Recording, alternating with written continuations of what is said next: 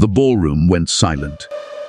Aria's hands trembled at the microphone as 500 millionaires stared at her. Her billionaire husband stood frozen in shock, and she was about to confess the one secret that could destroy everything. When I was 13 years old, I stole from my own sister to save my brother's life. Gasps erupted. Camera flashes exploded. His mother's smile turned triumphant. But this wasn't the beginning. 3 days ago, Aria had nothing. She scrubbed floors. She was invisible. Then her ex-husband publicly humiliated her at a gala, and a billionaire she'd never met dropped to his knees in front of everyone and called her his wife. This is the story of how a cleaning woman became a queen, how a secret from the past came back for revenge, and how one night at a diamond gala changed everything. Stay with me, because this girl from the projects is about to teach the rich and powerful what real strength looks like. But before we dive in, I need you to do 3 things. First, hit that subscribe button and turn on notifications so you never miss a story like this. Second, if this story touches your heart at any point, show some love with a like. It helps more people find these powerful messages. And third, drop a comment telling me what you think as we go. I read every single one. The Diamond Gala wasn't just an event. It was a statement. A declaration that separated those who mattered from those who didn't. Aria Monroe stood outside the towering glass doors, her reflection staring back at her like a ghost. 28 years old, brown skin glowing under the harsh streetlights. Wearing a dress she'd bought from a thrift store 5 years ago. Her hands trembled as she clutched a worn envelope containing medical bills that might as well have been a death sentence. Inside, champagne glasses clinked. Laughter echoed through marble halls. People who had never missed a meal in their lives celebrated nothing in particular. She took a breath that hurt her chest. Her little brother Jaden was lying in a hospital bed 12 blocks away, 15 years old. Kidney failure. The surgery would cost $200,000. Money that was sitting in an account, with both her name and Xavier's on it. Money she had earned scrubbing floors at 3 different office buildings, while Xavier slept through his first year of medical school. The security guard at the door looked her up and down with barely concealed disgust. Invitation. His voice was flat. I'm here to see Xavier Thorne. Her voice came out smaller than she intended. Decker. Thorne doesn't take meetings with. He paused, his eyes dragging across her cheap dress, her scuffed shoes. Walk-ins. I'm his wife. The words tasted like ash. Ex-wife. The guard smirked. Sure you are. And I'm the King of England. Move along before I call the real police. Aria's fingers tightened around the envelope. She could feel tears building behind her eyes, but she refused to let them fall. Not here. Not in front of this man who looked at her like she was dirt on his shoe. Please. The word cracked in her throat. My brother is dying. I just need 5 minutes. Something in her voice must have registered, because the guard's expression shifted slightly. Not to kindness, just to boredom. Wait here. He disappeared inside. Aria stood in the cold night air, watching through the glass as beautiful people in beautiful clothes lived beautiful lives. She saw him before the guard came back. Xavier Thorne, 6'2", perfect jawline, skin like marble, hair styled with products that cost more than her monthly rent. He was wearing a tuxedo that probably cost more than Jaden's medication for an entire year. And on his arm, draped like an expensive accessory, was Tiffany Vaughn. Blonde, pale, thin in that way that required personal trainers and nutritionists. Her dress was the color of champagne and probably cost as much as a car. Aria watched as Xavier threw his head back and laughed at something one of his colleagues said. The same laugh she used to love.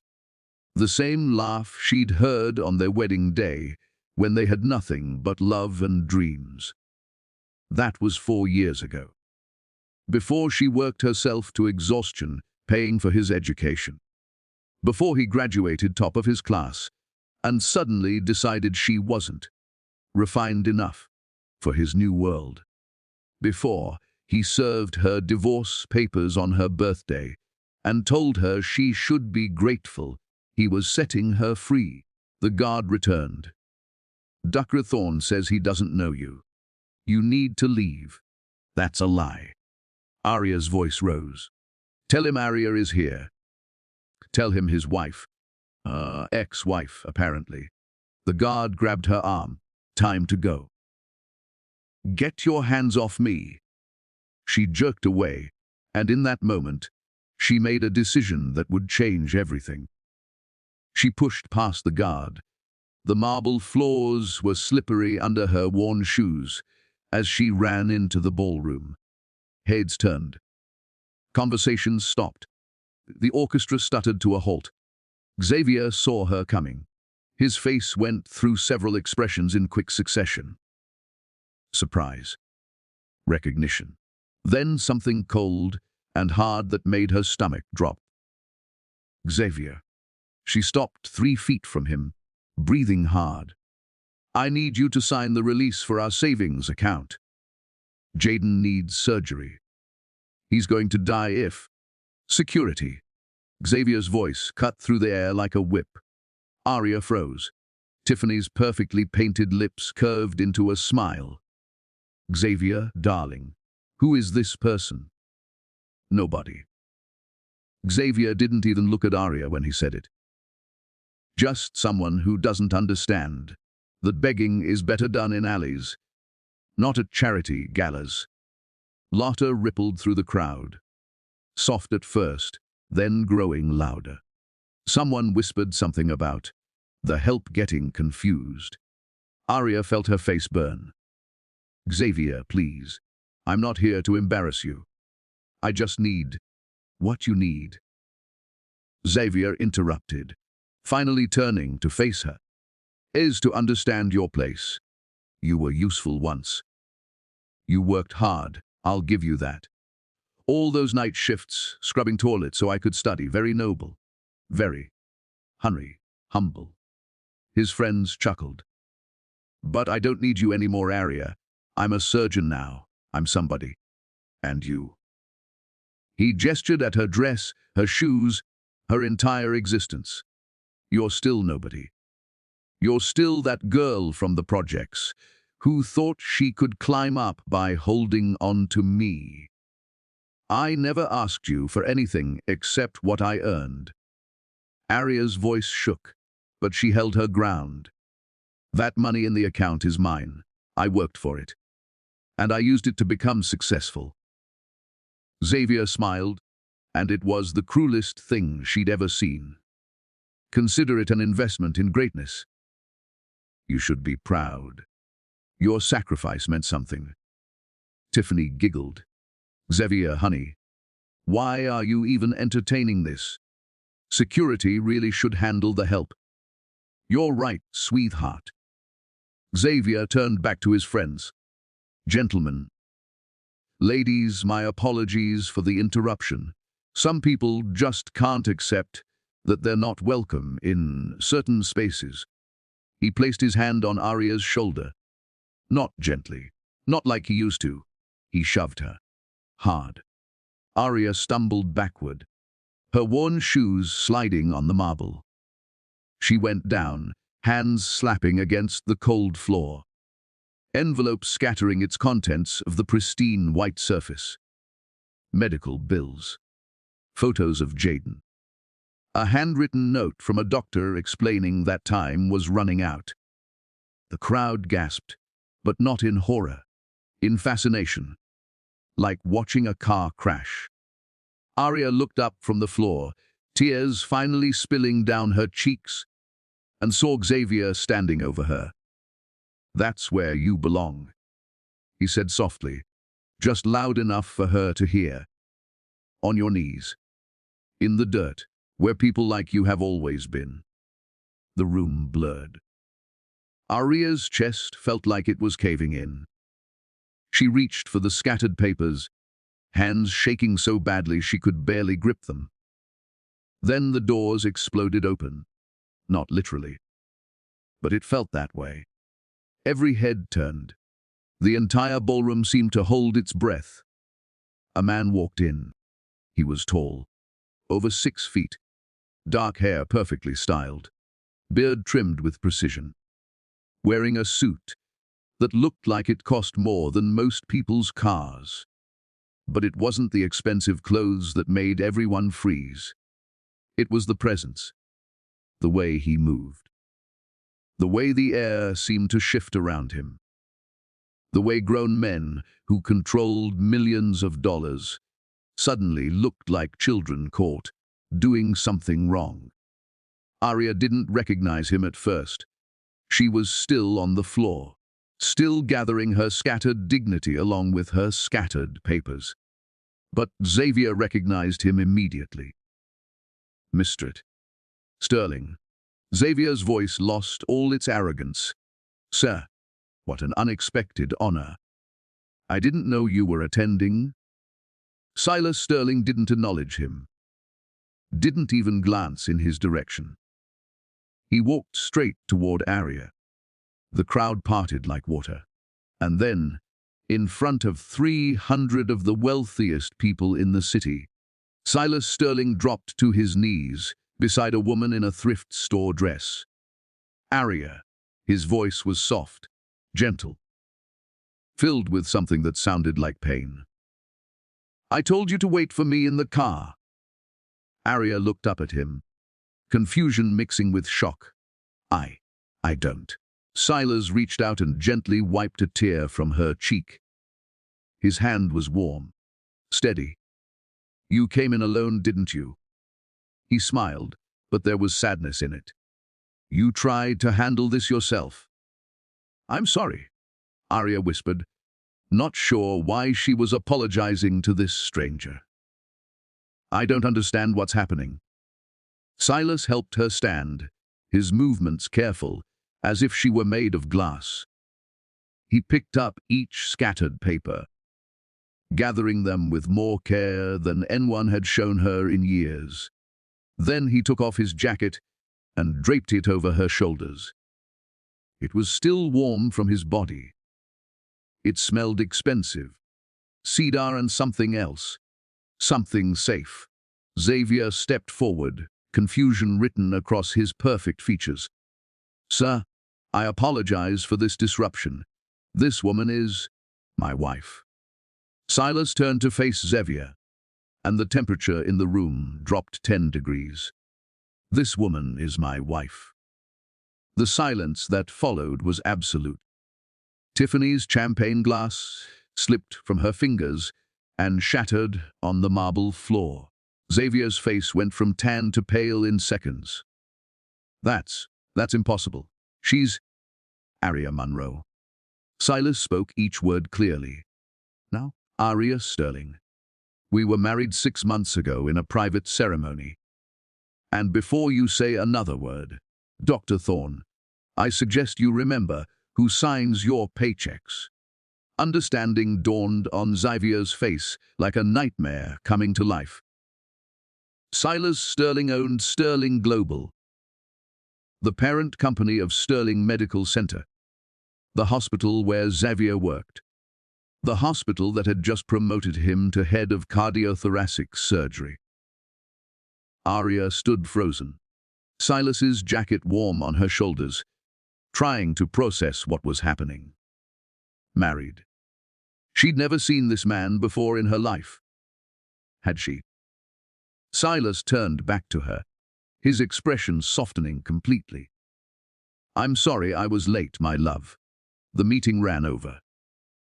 You shouldn't have had to face him alone." His eyes held hers, and in them Aria saw something she couldn't quite name. A plea, a promise, a silent request to trust him. She didn't understand what was happening, but she understood one thing clearly. This man, whoever he was, had just saved her from the worst moment of her life. And from the look on Xavier's face, the night was about to get much worse for someone. Just not for her. Aria's mind was spinning. The jacket on her shoulders felt like it weighed 1,000 pounds.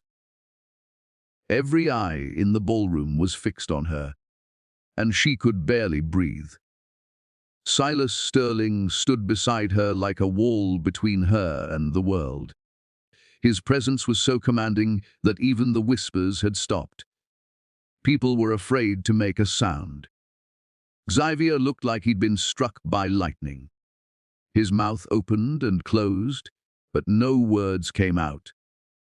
Tiffany had gone completely pale, her hand clutching Xavier's arm, so tightly her knuckles were white. There must be some mistake. Xavier finally found his voice. It came out strangled. "Sir, with all due respect, this woman and I were married. She's from the projects. She cleaned offices for a living. There's no possible way she could be." "Careful." Silas's voice was quiet, but it carried a warning that made Xavier take a step back. "Very careful about how you finish that sentence." Aria felt Silas's hand gently touch her lower back. The gesture was protective, familiar in a way that confused her even more. "I don't understand." Aria's voice was barely a whisper. She looked up at Silas, searching his face for answers. "Why are you?" "Let's get you home first." Silas's expression softened when he looked at her. "We can talk there, away from these people." But Xavier wasn't done. Desperation was creeping into his voice now. "Mr. Sterling, I don't know what she told you, but Aria is a liar. She's manipulative. She probably saw you as her next meal ticket after I divorced her. She's using you." The change in Silas was instant. He turned to face Xavier fully, and the temperature in the room seemed to drop another 20 degrees. "You divorced her."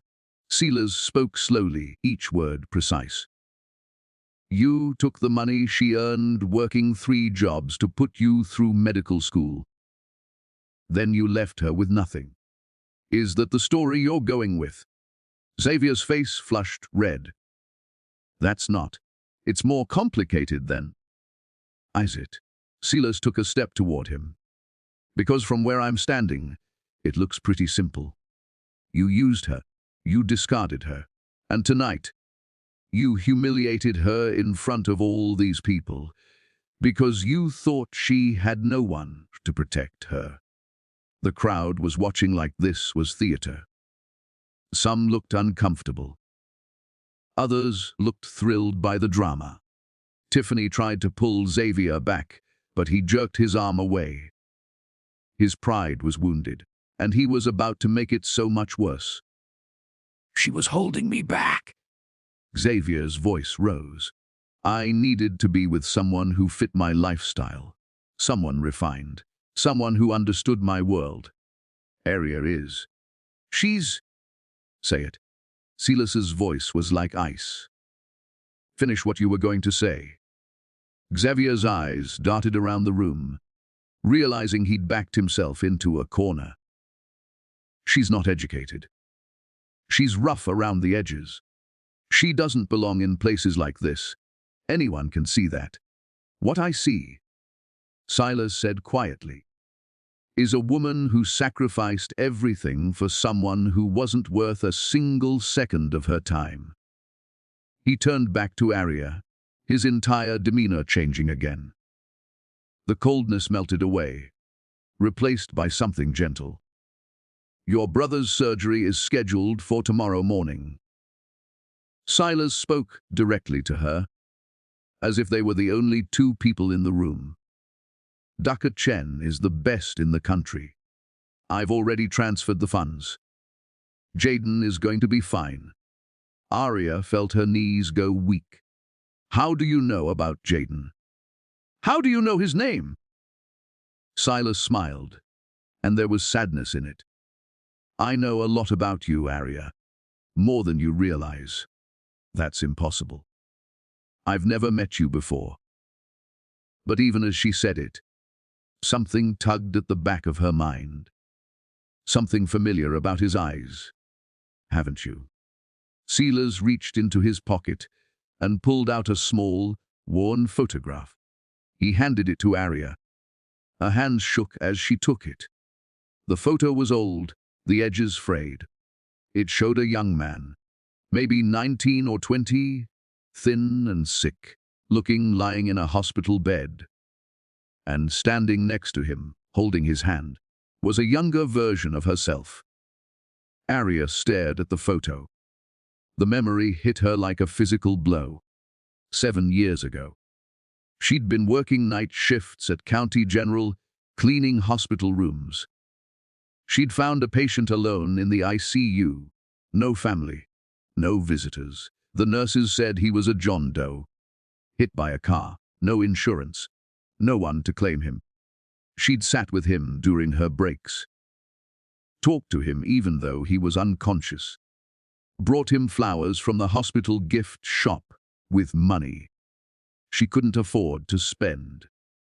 When the hospital said they were going to pull the plug because no one was paying for his care, she'd done something crazy. She'd lied. Said she was his sister. Signed papers she didn't understand. Set up a payment plan that would take her years to pay off. The man had woken up 3 weeks later with no memory of who he was or where he'd come from. By then, Aria had met Xavier and was working double shifts to support both the mystery patient's medical bills and her new boyfriend's education. She'd visited the man one last time, told him she couldn't come anymore, and wished him luck. That was you. Aria's voice cracked. You're the John Doe from County General. Silas nodded slowly. My name is Silas Sterling. 7 years ago, I was running away from my family's company. I wanted to prove I could make it on my own. I was working construction under a fake name when a drunk driver hit me. I should have died that night. He took a step closer to her.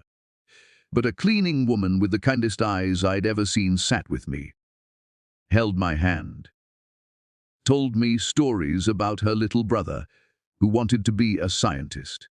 She paid for my care when she could barely afford to eat. She saved my life. Aria felt tears streaming down her face. You remembered me. Every single day. Silas's voice was rough with emotion. When I woke up and you were gone, I spent months trying to find you. But you'd used a different last name on the hospital forms to protect yourself. By the time I tracked you down, you were married to him. He jerked his head toward Xavier without looking at him. I watched from a distance, made sure you were okay. When he divorced you, I wanted to reach out, but I knew you needed time. Then, 6 months ago, you donated blood at a charity drive my company was hosting. You didn't know it was my company, but I knew it was you the moment I saw your name on the donor list. Aria's mind was reeling. The marriage certificate. You said we were married. Wah. Silas pulled a folded paper from his inside pocket. 3 months ago, you were at your lowest. You just found out about Jaden's diagnosis. You were sitting on a bench outside County General, crying. I sat down next to you. We talked for hours. You didn't recognize me because I look different now. Healthier, wealthier. I told you I was a businessman who'd also lost someone to medical debt. You told me everything. He unfolded the paper. It was indeed a marriage certificate. Legal. Official. You don't remember because you were exhausted. Grief-stricken. I offered you a solution. A marriage in name, only so you could access my insurance for Jaden's treatment. You thought I was just a kind stranger, trying to help. You signed the papers at 2 in the morning, in a lawyer's office. Then you went home and collapsed from exhaustion. Aria stared at the certificate. Her signature was there, shaky but real. I planned to tell you everything tonight. Silas's voice was gentle. Planned to reveal who I really was. But then I got caught in a meeting, and you came here alone to face him. He looked at Xavier with barely concealed rage. And he put his hands on you. Xavier had been listening to all of this with growing horror. Now he tried to salvage the situation. Mr. Sterling, clearly you've been deceived. Aria is a con artist. She saw an opportunity with you just like she did with me. This marriage is obviously a scam. Dr. Thorne. Silas's voice cut through the air like a blade. You're fired. The words hung in the air. Xavier's face went white. What? You can't. I can. I own Sterling Medical Center. I own the building you live in. I own the luxury car you drive. And as of 5 minutes ago, I've instructed my lawyers to purchase all of your outstanding debts. Your student loans. Your credit cards. The mortgage on your parents' house that you co-signed. Xavier swayed on his feet. That's not legal. It's perfectly legal, and effective immediately. Silas's smile was cold. You wanted to know your place, Dr. Thorne. Let me show you. He pulled out his phone and made a call. Marcus, it's done. Process the termination, security escort, and have his belongings removed from the penthouse by morning. Xavier lunged forward. Wait! Please! I'll apologize! I'll do anything. 2 security guards appeared as if from nowhere. Large men in black suits. They grabbed Xavier's arms. Don't touch me! Do you know who I am? Xavier struggled against them. You're nobody. Silas's words echoed Xavier's own from earlier. Just someone who doesn't understand that cruelty has consequences. Tiffany finally spoke up, her voice shrill. This is insane! Xavier is the best surgeon you have! You're ruining his life over some nobody! Silas turned his cold gaze to her. Vaughn, I believe your father's company has several contracts with Sterling Global. I wonder how he'd feel knowing his daughter refers to my wife as some nobody. Tiffany's face went from pale to red. She stepped away from Xavier as if he were radioactive. The security guards began dragging Xavier toward the exit. He was screaming now, all pretense of dignity gone. Aria! Aria, please! Tell him this is a mistake! We loved each other once. Remember, please! Aria watched him go. The man who'd told her she belonged on her knees. The man who'd stolen her money and her dignity. She felt nothing. No satisfaction. No revenge. Just emptiness. Silas must have sensed it because he gently turned her away from the scene. Let's go home. His voice was soft again. You've been through enough. But Aria pulled back slightly. Why did you do all this? The marriage, the helping Jaden, standing up for me tonight. What do you want from me?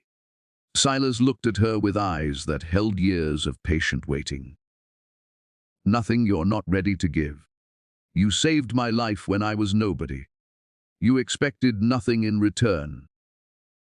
You're the only person who ever looked at me and saw someone worth saving just because it was the right thing to do. I'm not trying to trap you, Aria. I'm trying to protect you. That's all I've ever wanted to do. But we're married. Aria's voice shook. Legally married to a man I don't even know. Then get to know me. Silas smiled, and this time it reached his eyes. We have time, no pressure, no expectations. Just two people who helped each other when it mattered most. Before Aria could respond, a new voice cut through the murmuring crowd. Well, well. Isn't this touching? Everyone turned. A woman stood at the entrance. She was probably in her late 50s, elegant in a sharp burgundy suit. Her silver hair was pulled back in a severe bun. Her eyes were ice blue and calculating. Silas's entire body went rigid. Mother. The woman walked into the ballroom like she owned it. Behind her were three men in expensive suits and one younger woman who looked enough like Silas to be his sister. Mother, Aria whispered. Silas's jaw tightened. Aria, meet Victoria Sterling, CEO of Sterling Industries, and the reason I ran away 7 years ago. Victoria's smile was thin and sharp as a knife. Silas, darling, imagine my surprise when my lawyers informed me you'd gotten married without telling the family. To a cleaning woman, no less. The way she said, cleaning woman, made it sound like a disease. This doesn't concern you. Silas stepped slightly in front of Aria. Oh, but it does. Victoria's eyes fixed on Aria like a hawk spotting prey. You see, dear, my son has a trust fund worth $3 billion. It becomes his when he turns 35. That's in 3 years. But there's a clause. If he marries without family approval, he loses everything. Aria felt the blood drain from her face.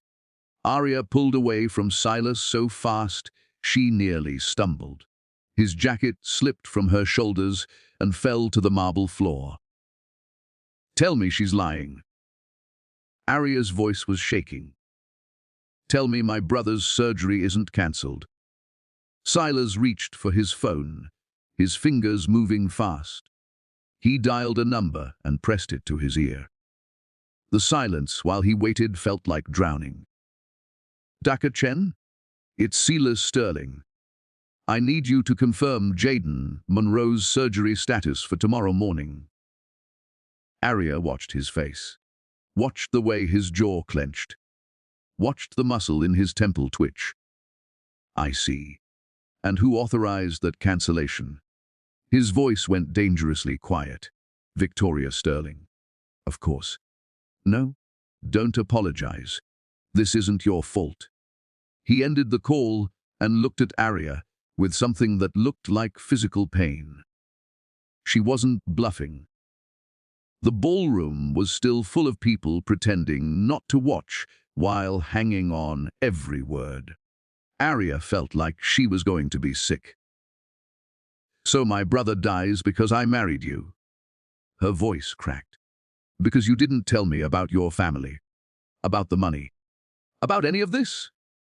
Node. Silas's voice was firm. Jaden is not going to die. I'll find another hospital. I'll pay any amount. With what money? Aria's laugh was bitter. You heard your mother. If you stay married to me, you lose everything. And without your money, without your name, you're just another person making promises you can't keep. The words hit him like a slap. Aria saw it in his eyes. That's not fair. Silas's voice was low. I'm trying to help you. You're trying to save me like I'm some kind of project. Aria's emotions were boiling over now. All the fear, all the humiliation, all the confusion of the last hour. You watched me for years. You married me while I was too exhausted to think straight. You made decisions about my life without telling me the truth. How is that different from what Xavier did? Silas flinched like she'd struck him. It's completely different. I never used you. I never hurt you. You lied to me. Aria's voice rose. You let me sign a marriage certificate, thinking you were just some nice businessman, trying to help. You didn't tell me I was marrying into a family that would use my dying brother as leverage. You put a target on my back and called it protection. The crowd was fully watching now. Some had their phones out. By morning, this would be all over social media. Silas ran his hand through his hair, frustration and desperation mixing in his expression. You're right. I should have told you everything, but I was afraid. Afraid you'd refuse my help if you knew who I really was. Afraid you'd see me as just another rich man trying to buy his way into your life. And you think lying was better? Aria felt tears streaming down her face again, but this time they were angry tears. You think trapping me in a marriage I don't remember is better? I wasn't trapping you. Silas's voice broke. I was trying to give you options. Trying to make sure you and Jaden would be okay, no matter what happened. I never expected my mother to. But she did. Aria threw her hands up. That's what happens in your world, Silas. People use money as weapons. They play games with other people's lives. And I don't want any part of it. She turned to walk away, but Silas caught her hand. His grip was gentle but desperate. Please. Don't leave like this. Let me fix this. I can find a way to... Let her go, Silas. A new voice entered the conversation. The young woman who had come in with Victoria stepped forward. She had Silas's dark hair but lighter eyes. Mid-20s. Expensive dress, but something softer in her expression than their mother. Cassandra. Silas didn't let go of Aria's hand. Stay out of this. I can't. Cassandra looked at Aria with something that might have been sympathy. Because I'm the one who told Mother about your marriage. Silas's face went pale. What? I saw the marriage certificate in your office last month when I was visiting. Cassandra's voice was quiet. I thought you should tell Mother yourself. But when you didn't, I thought she deserved to know. I didn't realize she'd do this. I didn't know she'd go after an innocent person's family. You stupid. Silas started forward, but Aria stepped between them. Don't. Aria looked at Cassandra. Why are you telling me this now? Cassandra met her eyes. Because you deserve to know the truth about our family before you decide anything. Our mother isn't just cruel. She's strategic. She bought County General 3 months ago. Not this afternoon. She's been waiting for the right moment to use it as leverage against Silas. Your brother was just convenient timing. The pieces were clicking together in Aria's mind, and the picture they formed was ugly. She's been planning this. Aria's voice was hollow. She wanted Silas to fail. Wanted him to have to choose between helping me and keeping his money. She's been planning it for years. Cassandra pulled out her phone and showed Aria a photo. It was a detailed dossier on Aria, her work history, her relationship with Xavier, her brother's medical condition, everything. Mother has been tracking anyone Silas showed interest in since he came back to the company. When he started paying your brother's hospital bills anonymously, she knew he'd found someone he cared about. She's been waiting for him to make it official so she could destroy it. Victoria Sterling didn't sleep much. She never had. While most of the city was still dark, she sat in her penthouse office on the 72nd floor of Sterling Tower, a cup of black coffee cooling on her desk. The rain from last night had stopped, leaving the windows streaked and blurred. Her phone buzzed. A message from her head of security. Morning edition is out. You'll want to see page 3. Victoria picked up the tablet her assistant had left on her desk. The New York Tribune's Society section loaded. The headline screamed in bold letters, "From cleaning floors to sterling floors." The photo below showed Silas and Aria leaving the Diamond Gala together, his arm around her shoulders, her looking up at him with an expression that could have been trust or could have been fear. Hard to tell in the rain, but it was the smaller photos that made Victoria's jaw tighten. One showed Silas on his knees beside Aria on the ballroom floor. Another captured the moment he'd chased after her. A third showed them in the rain, his hands on her face, her hands gripping his suit jacket. The article was worse than the photos. Sources say Sterling heir Silas Sterling secretly married Aria Monroe 3 months ago in a private ceremony. Monroe, a former cleaning woman who worked multiple jobs to support her ex-husband through medical school, caught Sterling's eye after saving his life 7 years ago when he was hospitalized following a hit-and-run accident.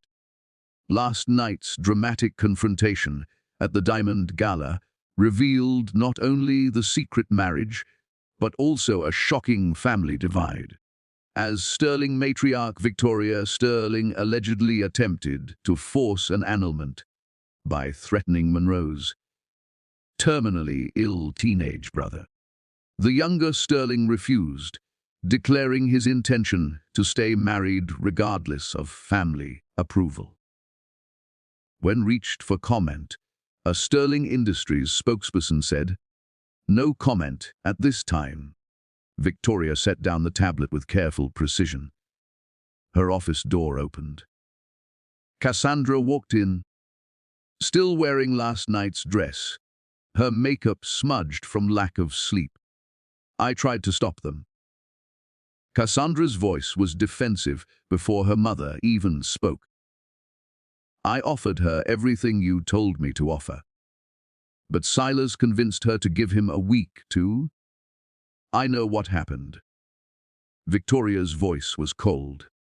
"I had 3 people at that gala feeding me information in real time. What I want to know is why you told that girl about my plans." Cassandra faltered. "I thought she deserved to know what she was walking into." "You thought wrong." Victoria stood, moving to the window. The city stretched below her like a kingdom. Her kingdom, built over 40 years of ruthless decisions and strategic sacrifices. That girl is not your concern. Your brother's future is. The family's legacy is. Not some woman who got lucky once and thinks it entitles her to our world. She saved his life, Mother. So did the surgeons. So did the nurses. Should we marry him off to all of them? Victoria turned to face her daughter. Silas is thinking with his heart, not his head. He always has. It's why he ran away 7 years ago. It's why he works himself to exhaustion at that medical company, instead of taking his rightful place here at Industries. He's sentimental. Weak. He's loyal. Cassandra's voice was quiet.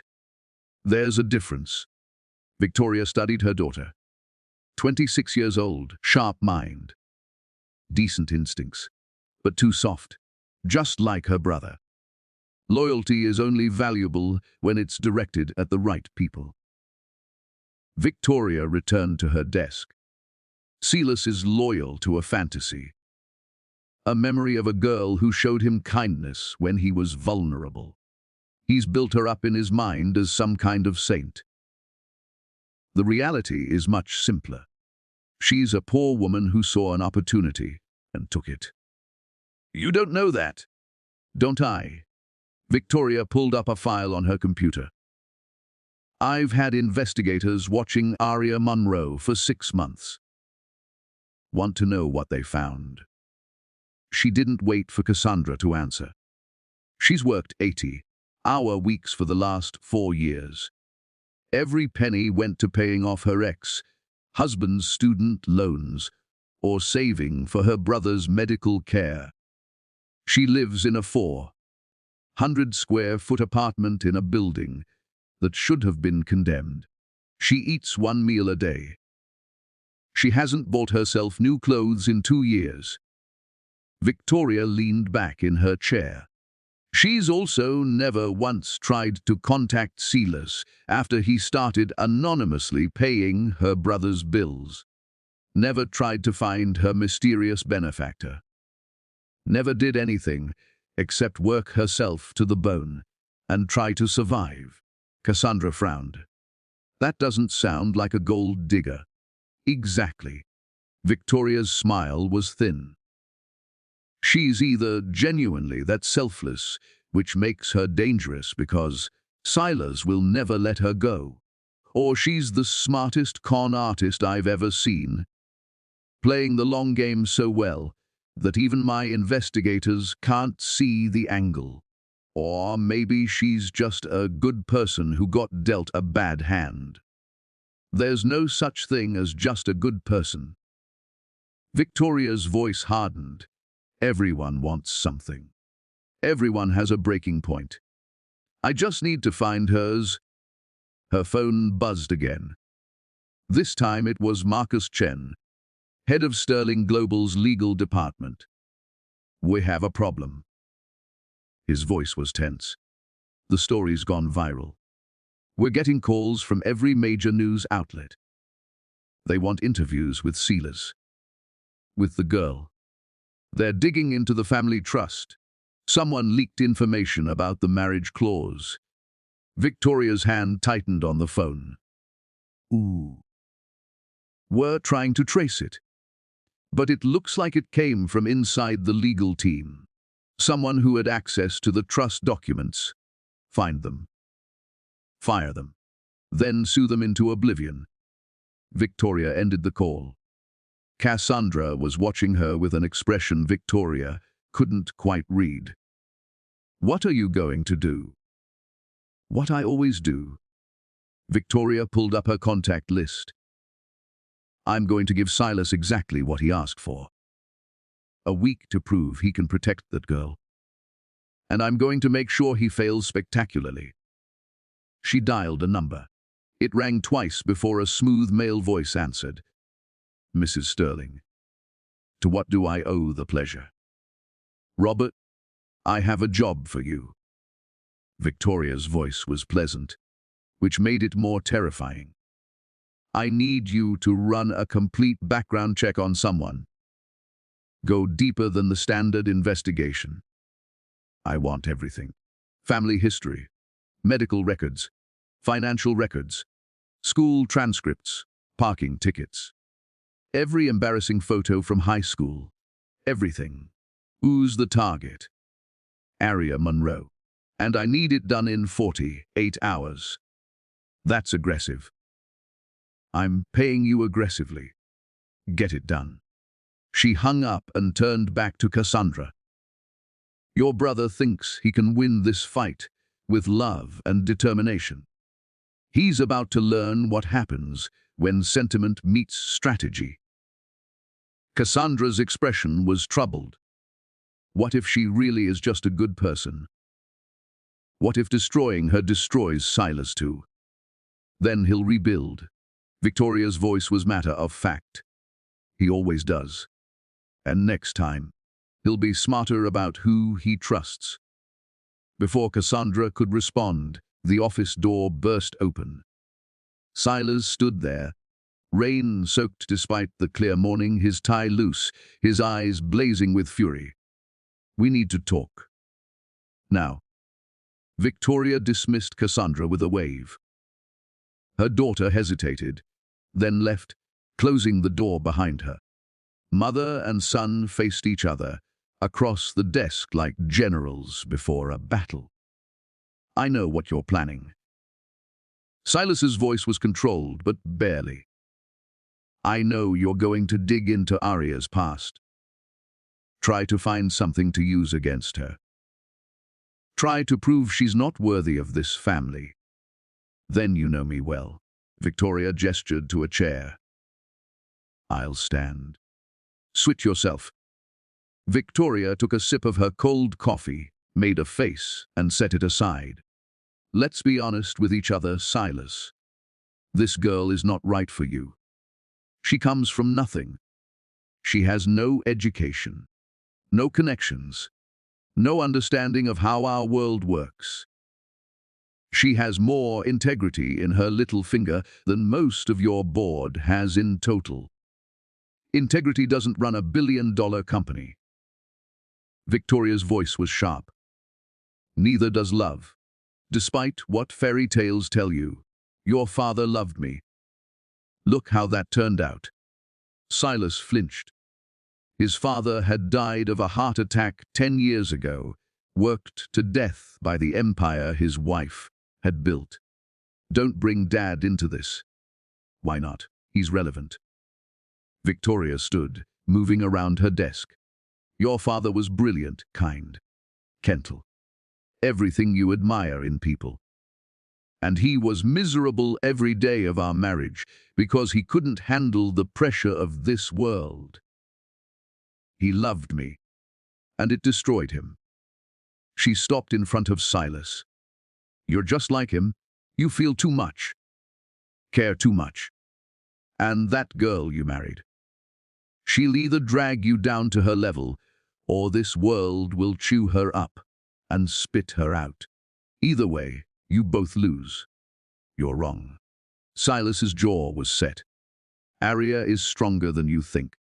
She's survived things that would have broken most people. She doesn't need your approval or your money. She just needs a chance. Then give her one. Victoria's smile was dangerous. Prove me wrong. Show me she can handle this world. Show me. She won't crumble the first time someone attacks her. The first time they question her worth. The first time they make her feel like she doesn't belong. What are you saying? I'm saying I'll give you your week. Victoria returned to her desk. 7 days. No interference from me. No threats against her brother. No blocking his surgery. I'll even arrange for the best care possible at Sterling Medical Center. Silas's eyes narrowed. What's the catch? At the end of 7 days, you both attend the Sterling Foundation Gala. In front of 500 of the most powerful people in this city, you'll introduce her as your wife. She'll be photographed, interviewed, scrutinized. She'll face questions about her background, her marriage, her intentions. Victoria leaned forward. If she survives that night with her dignity intact, if she proves she can handle the pressure of being a Sterling, then I'll accept the marriage. I'll release your trust fund. I'll welcome her into the family.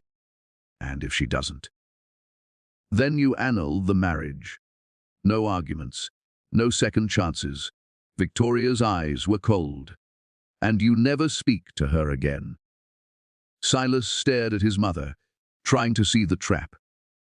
Because there was always a trap. Why would you agree to this? Because I'm tired of fighting you. Victoria's voice was almost convincing. You're my son. I want you to be happy. If this girl can truly handle being part of this family, then maybe I've misjudged her. But if she can't, I want you to see it for yourself. No more what-ifs. No more wondering if I sabotaged something real. She extended her hand. 1 week, 1 gala, Let her prove herself. Silas looked at his mother's hand like it was a snake. Every instinct told him not to take the deal.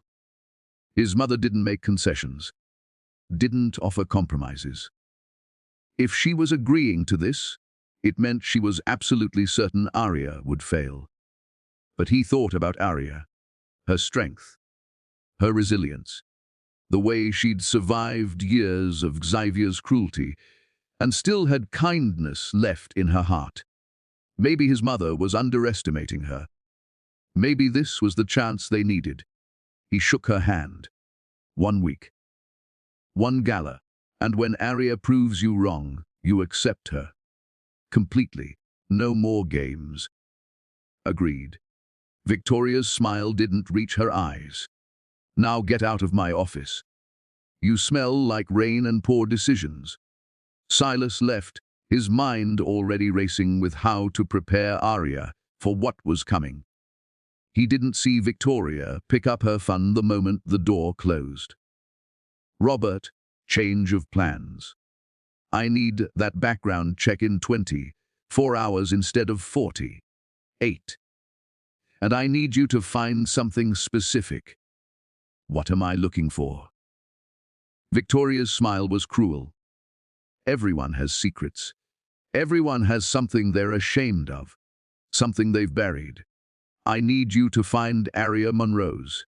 And when you do, I need you to make sure it surfaces at exactly the right moment. The gala. The gala, Victoria confirmed. I'm going to give my son his fairy tale. Right up until the moment it turns into a nightmare. She hung up and looked out at the city again. Let's see how strong you really are, Aria Monroe. Let's see if you can survive the Sterling family when we're not playing nice.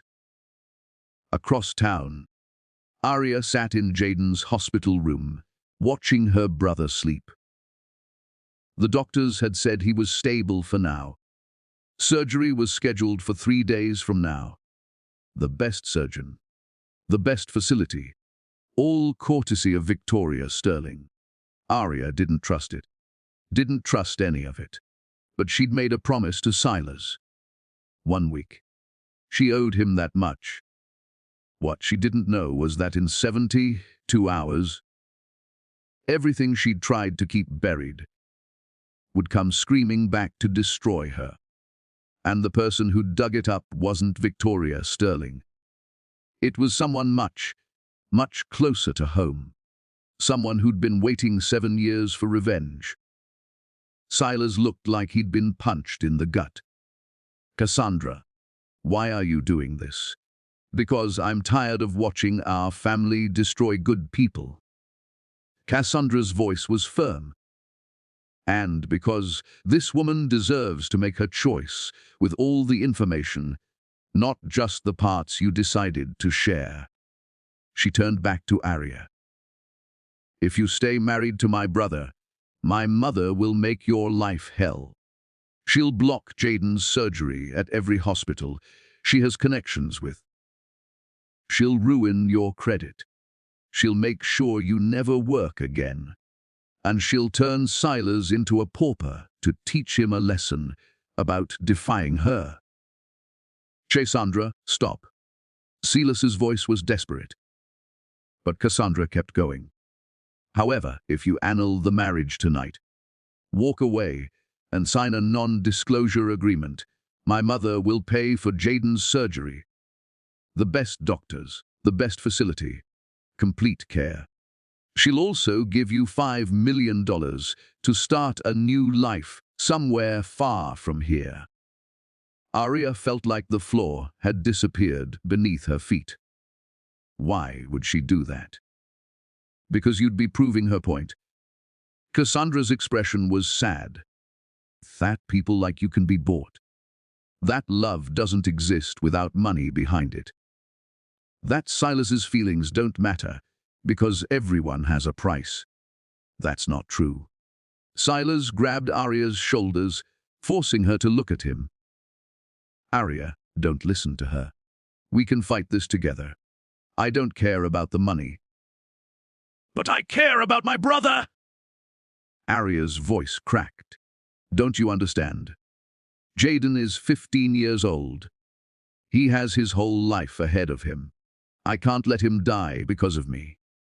Because of this. He won't die. I promise you, I'll find a way. Stop making promises you might not be able to keep. Aria pushed him away. You're not God, Silas. You're just a man. A man whose mother is more powerful than you are. A man who lied to me about who he was. A man I don't even know. The words hung in the air like shattered glass. Silas looked at her with eyes full of pain. You know me better than anyone. You knew me when I was nobody. When I was just a broken man in a hospital bed. You saw something worth saving then. Why can't you see it now? Because then you had nothing to give me except your humanity. Aria's tears were falling freely now. Now everything comes with strings. With conditions. With family, politics, and money, and choices that shouldn't exist. She turned to Cassandra. If I take your mother's deal, Jaden gets his surgery. You swear it. Aria, no. Silas reached for her, but she stepped back. Cassandra nodded slowly. I'll make sure of it personally. I'll oversee his care myself. And the $5 million. Aria's voice was hollow. What's the catch? You leave the city. You never contact Silas again. You never speak about this marriage publicly. You disappear from his life completely. Cassandra's voice was gentle. I know it sounds cruel, but it's the only way my mother will agree to help your brother. Aria looked at Silas, really looked at him. This man who claimed he'd waited years for her. Who said he'd loved her from the moment she held his hand in a hospital room. Who had just destroyed her ex-husband to defend her honor. This man she'd been married to for 3 months without even knowing it. I'm sorry. The words came out as a whisper. I can't let Jaden die for a marriage I don't even remember. Silas's face crumbled. Aria, please. Give me time. Give me a chance to fix this. Don't let my mother win. This isn't about winning or losing. Aria wiped her tears with the back of her hand. This is about survival. And I've been surviving my whole life. I know how to walk away from things that will destroy me. She turned to Cassandra. I'll take the deal. But I want it in writing. Tonight. And I want to watch Jaden go into surgery myself before I sign anything final. Cassandra nodded. Agreed. My lawyers are outside. We can draft the paperwork now. No. Silas's voice was broken. Aria, don't do this. Please. I love you. The words stopped everyone cold. Aria turned back to him, and her expression was full of sadness. You love the idea of me, the girl who saved you when no one else would. But you don't know me, Silas. You know a memory, a fantasy, and I can't build a life on that. Not when it costs everything. She started walking toward the exit. Cassandra followed, already pulling out her phone to call the lawyers. Silas stood frozen, watching the woman he'd waited 7 years for walk away. Then he did something that made the entire ballroom gasp. He ran after her. Not a dignified walk. Not a casual pursuit. A full sprint that sent champagne glasses crashing and made people jump out of his way. He caught up to Aria at the door, spinning her around. 1 week. His voice was desperate. Give me 1 week to prove I can fix this without you having to sacrifice yourself. If I can't get my mother to back down, if I can't secure Jaden's surgery another way, then I'll sign the annulment papers myself. I'll let you go. But please, Aria, Give me 7 days before you disappear from my life forever. Aria looked up at him. This man, who'd just lost everything he cared about in a single night, because he'd tried to protect her. Why? Her voice was tired. Why does it matter so much? Silas took her hand and pressed it against his chest. She could feel his heart racing. Because 7 years ago, you taught me that some people save others for no other reason than it's the right thing to do. You didn't know who I was. Didn't know what I could give you. You just saw someone who needed help, and you helped. That changed everything for me. It made me want to be worthy of that kindness. He held her gaze. I've spent 7 years building a fortune, so I'd never be helpless again. So I could protect the people I love. And the first time I actually need all that power, the first time it really matters, I can't help the one person who matters most. Please don't make me watch you walk away without even trying to fight for you. The rain had started outside. Aria could hear it drumming against the glass doors. She thought about Jaden in his hospital bed, about the life she could give him with $5 million, about the safety of walking away from a world that had already proven it could destroy her. Then she thought about the boy in the hospital bed 7 years ago, the one nobody wanted, the one she'd saved anyway. 1 week. She pulled her hand back. But I'm not doing this for you. I'm doing this because I want to look my brother in the eyes and tell him I tried everything before I made a deal with your mother. Silas's expression flooded with relief and hope. 1 week. I promise. I won't waste a second of it. Cassandra stepped forward, her expression unreadable. You're making a mistake. Both of you. Our mother doesn't lose. Ever. Then it's time she learned. Silas looked at his sister with determination. Tell her the deal's off. Tell her Aria and I are staying married.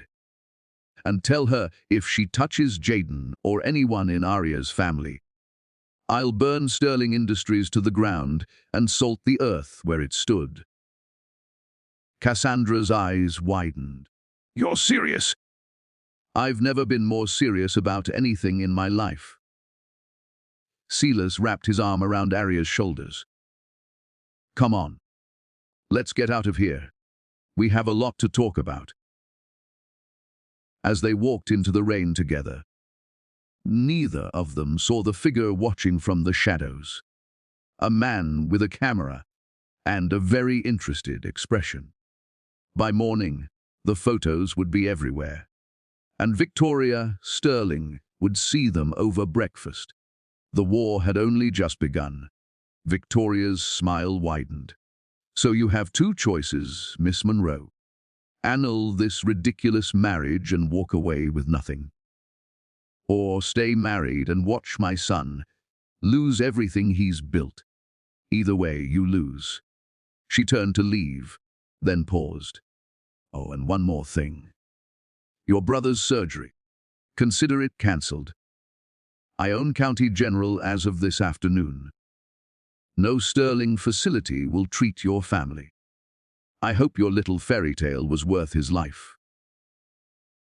Then Victoria Sterling walked out, leaving destruction in her wake. Aria looked up at Silas, whose face had gone pale. Tell me she's bluffing about Jaden. The hesitation in Silas's eyes told her everything she needed to know. This wasn't a rescue. It was a trap. And she'd walked right into it. Aria hadn't been back to her apartment in 2 days. Silas had insisted she stay at his penthouse. Said it was safer. Said he wanted to make sure she was okay. Said a lot of things that sounded reasonable, but felt like control. She'd agreed anyway. Because the truth was, Her apartment was a reminder of everything she'd lost. Every corner held a memory of working herself to exhaustion. Every wall whispered about failure. Silas's penthouse was different. 23rd floor. Floor took ceiling windows overlooking the river. Furniture that probably cost more than she'd earned in her entire life. A guest room with a bed so soft she barely slept because it felt wrong. She stood at those windows now, watching the city wake up, a cup of coffee growing cold in her hands. Behind her, she heard Silas's footsteps. He'd been on the phone in his office for the last hour, probably dealing with the media storm. The story had exploded overnight. Her face was everywhere, her past dissected by strangers. "You should eat something." Silas's voice was gentle as he entered the living room. He was wearing a suit already, even though it was barely 7 in the morning, looking every inch the billionaire heir. "I'm not hungry." "Aria, you haven't eaten since yesterday lunch." "I said I'm not hungry." Her voice came out sharper than she intended. Silas was quiet for a moment. Then he moved to stand beside her at the window, careful to keep a respectful distance. "I talked to my mother this morning." Aria's grip tightened on the coffee cup. "And?" She agreed to back off.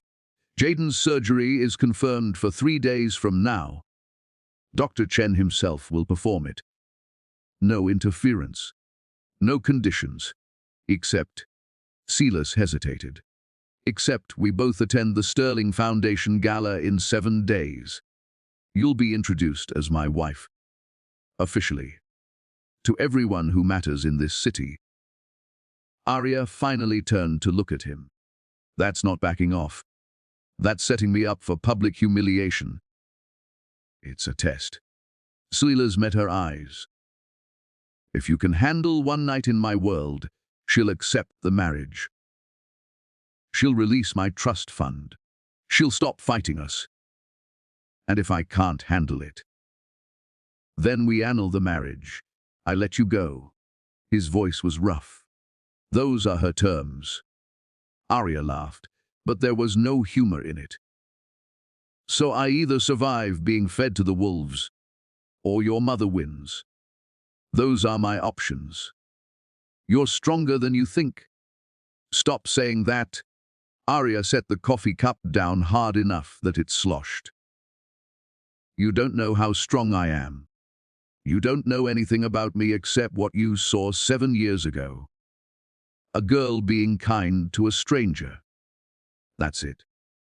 That's all you know. Then tell me." Silas turned to face her fully. "Tell me who you really are. Tell me what I don't know. Because I want to know everything, Aria. I want to understand you." Aria looked at him. This man who'd appended her entire life with good intentions and terrible timing. This man who looked at her like she was something precious when she felt like something broken. "You want to know who I am?" Her voice was quiet. "I'm a woman who's been invisible her whole life. I cleaned toilets while rich people walked past me like I didn't exist. I worked myself half to death for a man who threw me away like garbage. I saved your life because it was the right thing to do, not because I expected anything in return.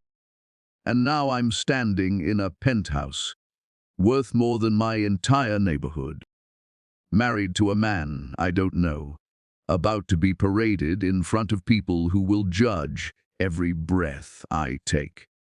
She wrapped her arms around herself. "I'm terrified, Silas. Terrified that your mother is right. That I don't belong in this world. That I'm going to embarrass you. That I'm going to fail, and Jaden will pay the price for it." Silas reached out slowly, giving her time to pull away. When she didn't, He took her hands in his. You won't fail. I won't let you. You can't promise that. Then let me help you prepare. I have a team. People who can teach you. Teach me what? Aria pulled her hands back. How to pretend to be someone I'm not.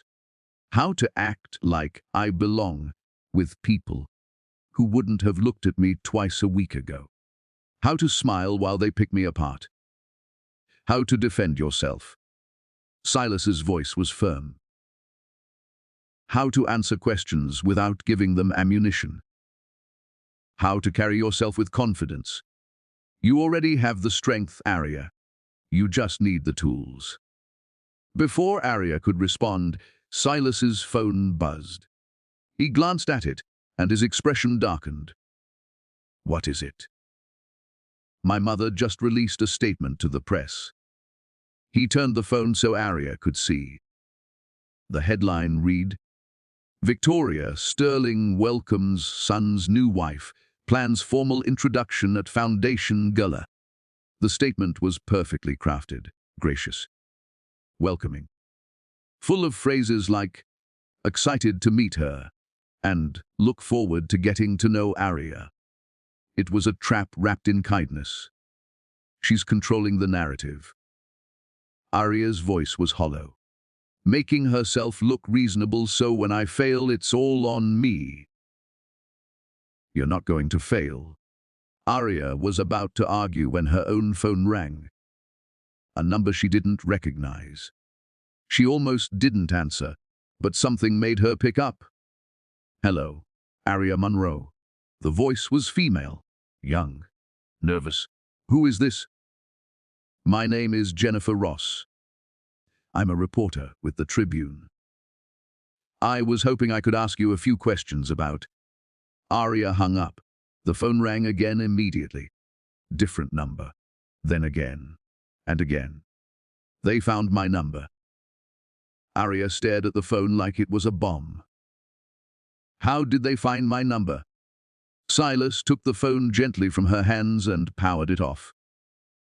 I'll get you a new one. A private line.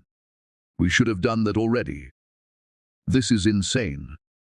Aria sank onto the couch. My life was quiet 3 days ago. Anonymous. Now I can't even answer my phone. I know. Silas sat beside her, careful to maintain distance. I'm sorry.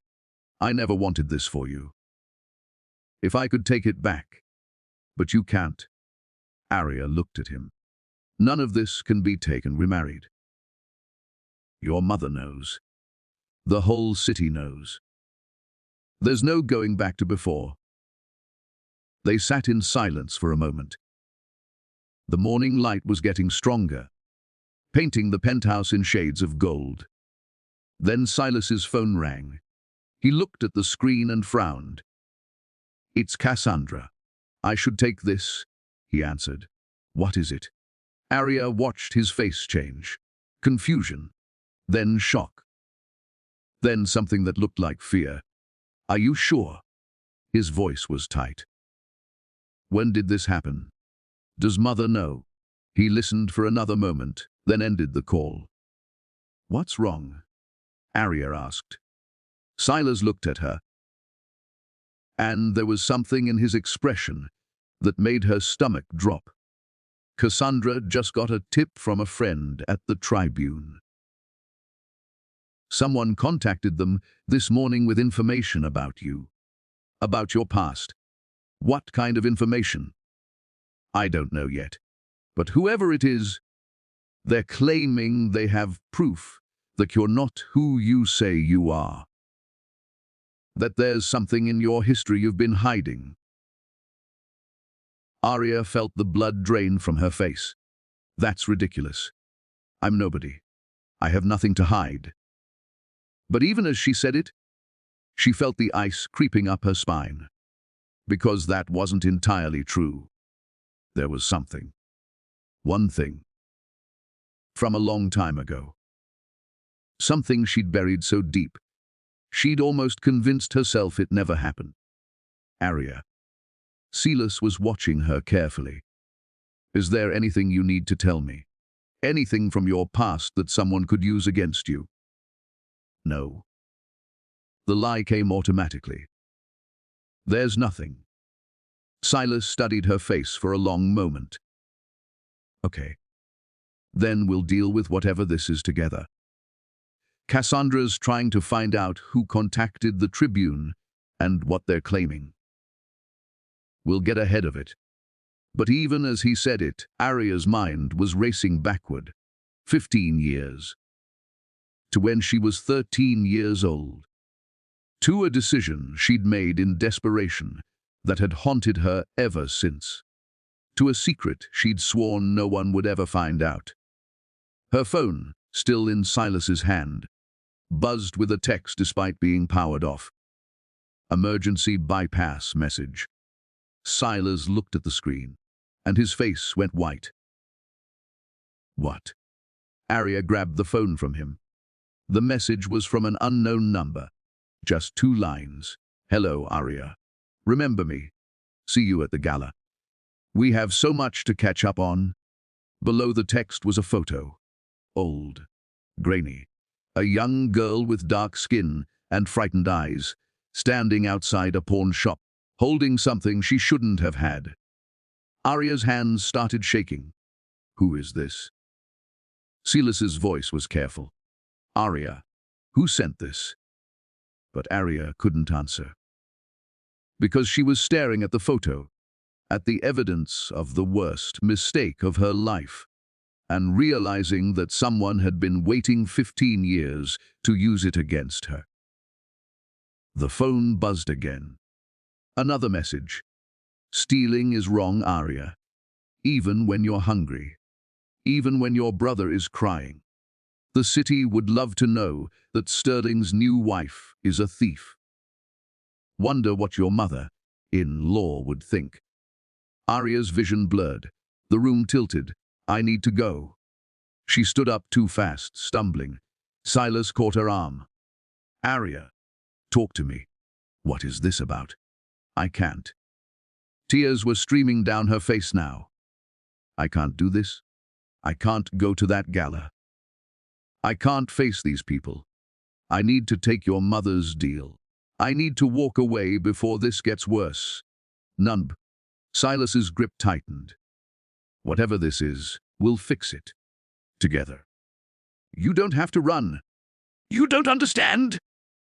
Aria pulled away from him. Your mother was right. I don't belong in your world. I never did. And whoever sent this is going to make sure everyone knows it.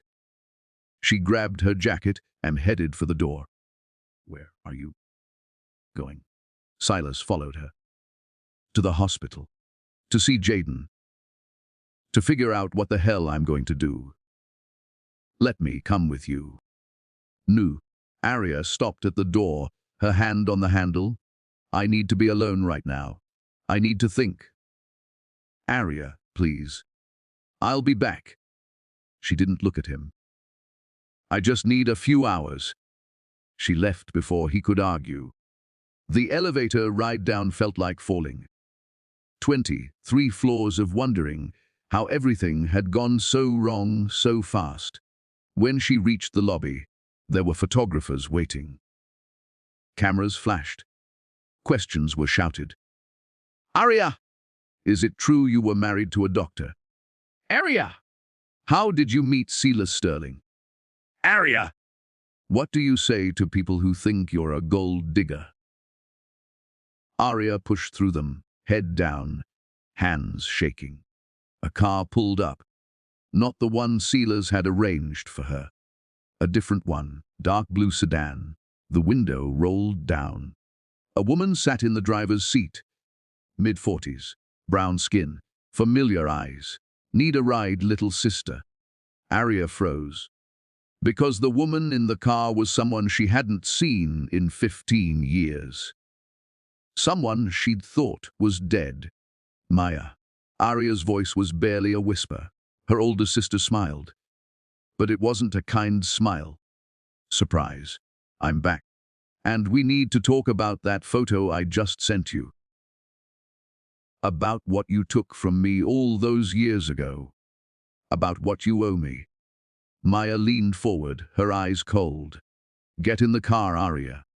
Unless you want me to tell the nice reporters all about your criminal past. I'm sure they'd love to hear how the Sterling family's new princess once stole from her own sister.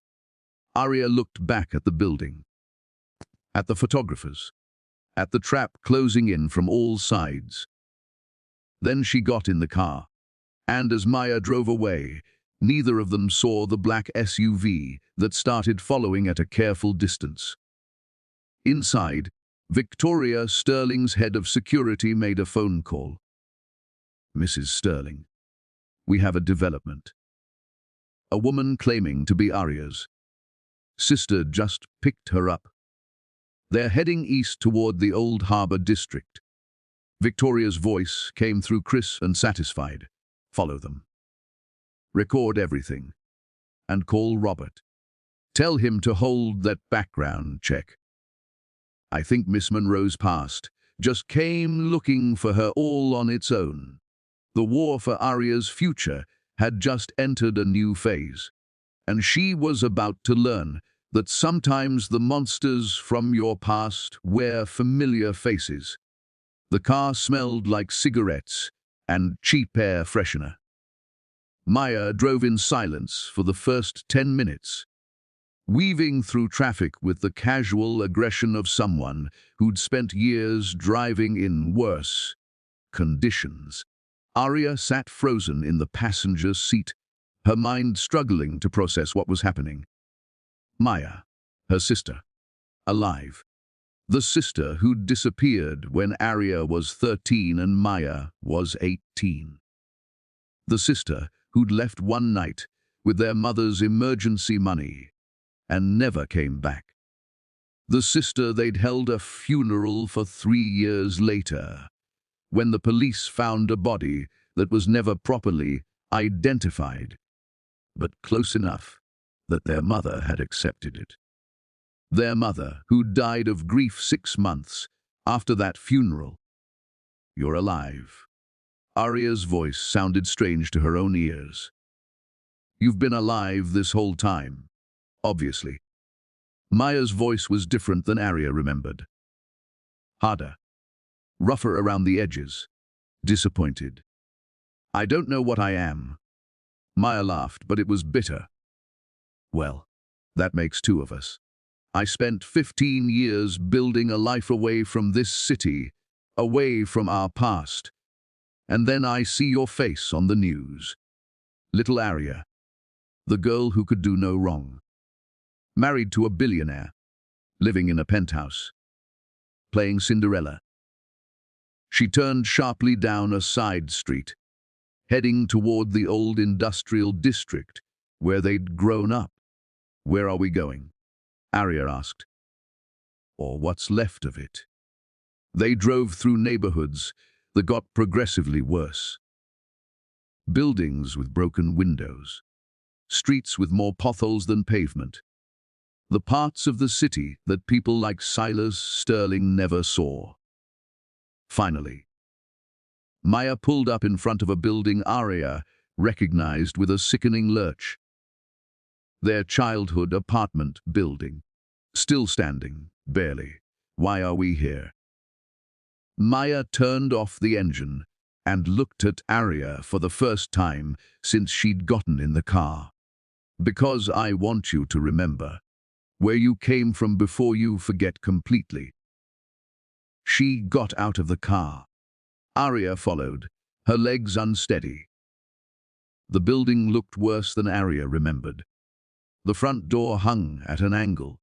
The lobby was covered in graffiti. The elevator had an out of order sign that looked 20 years old. Maya headed for the stairs. Aria followed. 4th floor. The same apartment where they'd grown up. Maya pulled out a key and opened the door. Inside was a time capsule of poverty. The same worn furniture. The same water-stained ceiling. The same smell of mold and desperation. But it wasn't empty. Someone was living here. There were fresh clothes hanging over a chair, food on the counter, a laptop on the table. You're living here. Aria looked around in disbelief. Why? Because it's cheap.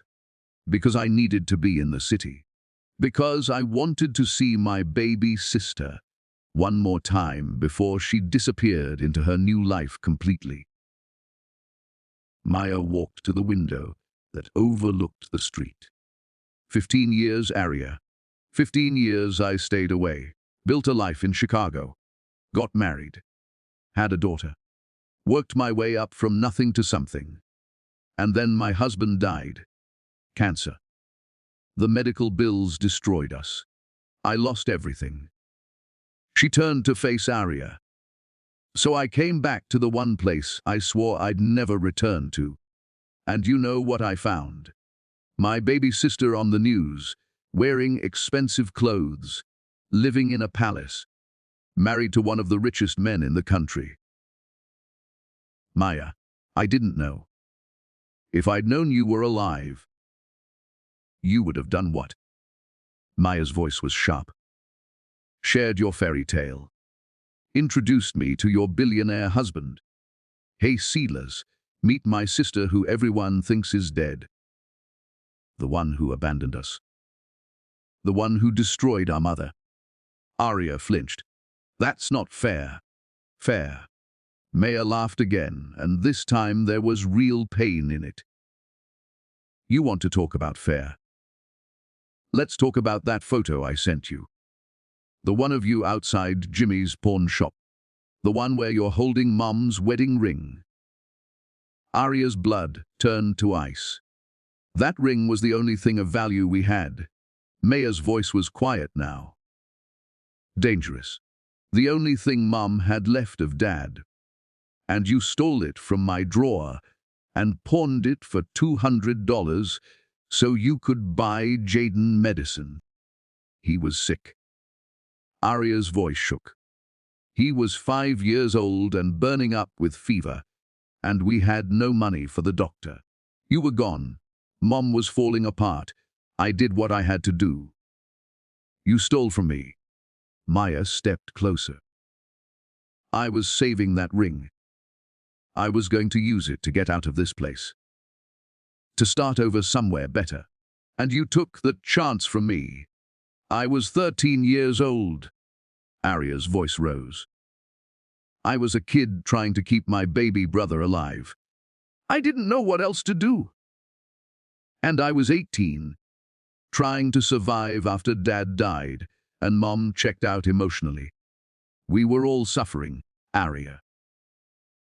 But I'm the one who got blamed for everything. I'm the one who had to leave because everyone looked at me like I was the villain. Maya pulled out her phone and brought up a folder of photos. Dozens of them, all of Aria from that time period, sneaking out of their apartment, walking to the pawn shop, coming back with cash. I saw you that day.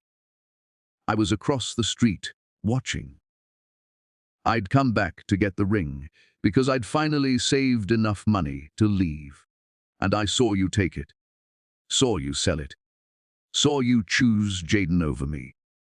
Tears were streaming down her face now, so I left. I let everyone think I was dead because it was easier than admitting my own sister stole the only thing I had left of our family. Aria felt like she couldn't breathe. Maya, I'm sorry. I'm so sorry. If I could go back, but you can't. Maya wiped her eyes roughly. Just like I can't go back and tell Mom I was alive. Can't go back and meet my niece before she died thinking her aunt was gone. Wait. Niece. Maya saw the confusion on Aria's face and her expression twisted. You didn't even know. Mom had a girl. 2 years after I left. Got pregnant by some guy who disappeared. She named her Hope, probably hoping she could fix everything that was broken. But Hope died at 6 months old. Aria's knees gave out. She sank onto the worn couch. No, that's not Mom, never. Mom never told you because you were 16 and already working 2 jobs to support Jaden. She didn't want to burden you with more grief. She buried that baby girl alone while you were at work. Then she died 6 months later. Heart attack, the coroner said. Broken heart, I say. Maya's voice was hollow now. I found out about all of it from a neighbor who tracked me down in Chicago. By then, Mom was already in the ground. Baby Hope too. And you were 19, raising Jaden alone. And I thought about coming back. Thought about helping you. But I was angry. So angry at you for taking that ring. For making choices that pushed me away. For being the good daughter, while I was the one everyone was happy to forget. She sat down heavily in a chair across from Aria. And now here you are. Married to Silas Sterling. Living a life I can't even imagine. And I'm back in this apartment with $53 in my bank account and a daughter in Chicago who needs surgery I can't afford. The pieces clicked together in Aria's mind. You have a daughter, Mia. She's 12. She has the same kidney condition Jaden has. Genetic, apparently. Runs in our family. The surgery costs $300,000. I've been trying to save for 2 years. I'm at $40,000. Maya looked at Aria with eyes full of pain and desperation, and something that looked like hate. So when I saw you on the news, married to a man who could pay for Mia's surgery with pocket change, I thought maybe God was giving me a second chance. Maybe my baby sister, who took from me, could finally give back. Maya, I don't have access to Silas's money like that. We're married, but it's complicated. His mother. I don't care about his mother. Maya leaned forward. I care about my daughter. And you're going to help me. How? Maya pulled out a contract and slid it across the table. I want $2 million. Enough for Maya's surgery and enough to start over somewhere far from here. You get me that money, and I disappear. I delete the photos. I forget I ever had a sister who stole from me. Aria picked up the contract with shaking hands. It was professionally drawn up. Legal with a signature line at the bottom. And if I don't. Then I go to the press. I tell them about the theft. About how you stole from your own family. About how the perfect Cinderella story is built on lies and crime. I'll destroy you at that gala your mother-in-law is planning. I'll make sure everyone knows exactly who you really are. Maya's voice was cold now. All the emotion drained away. You took my chance at a better life 15 years ago. Now I'm taking yours unless you pay me back. $2 million. You have until the night before the gala. That gives you 6 days. I can't get that kind of money in 6 days. You're married to a billionaire. Figure it out. Aria stared at the contract. At the sister she'd mourned. At the choice that had no good options. You know what the worst part is. Maya's voice was soft now. I don't even hate you for taking the ring. I understand why you did it. Jaden was dying, and you were desperate. I get it. But you never came looking for me. Never tried to find out if I was alive. You just accepted that I was gone and moved on with your life. The police found a body. The police found a Jane Doe that was close enough that Mom wanted it to be me, so she could have closure. But you never questioned it.